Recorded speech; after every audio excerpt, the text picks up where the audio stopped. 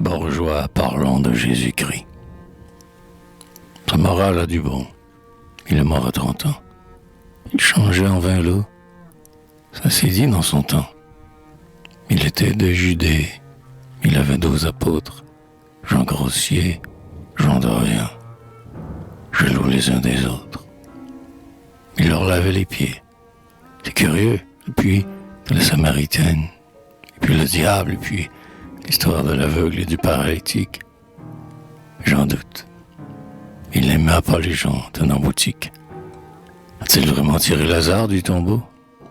C'était un sage, un fou. Son système est fort beau. Vrai dans les théories et faux dans la pratique. Son procès est réel. Judas est authentique. L'honnête homme au gibet, le voleur absous. On voit bien clairement les prêtres là-dessous. Tout change. Maintenant, il a pour lui les prêtres. Un menuisier pour père et des rois pour ancêtres. C'est singulier, non pas. Une branche descend, puis remonte. Mais c'est toujours le même sang. Cela n'est pas très rare en généalogie. Il savait qu'on voulait l'accuser de magie et que de son supplice on faisait les apprêts. Sa Madeleine était une fille, à peu près. Ça ne l'empêche pas d'être sainte.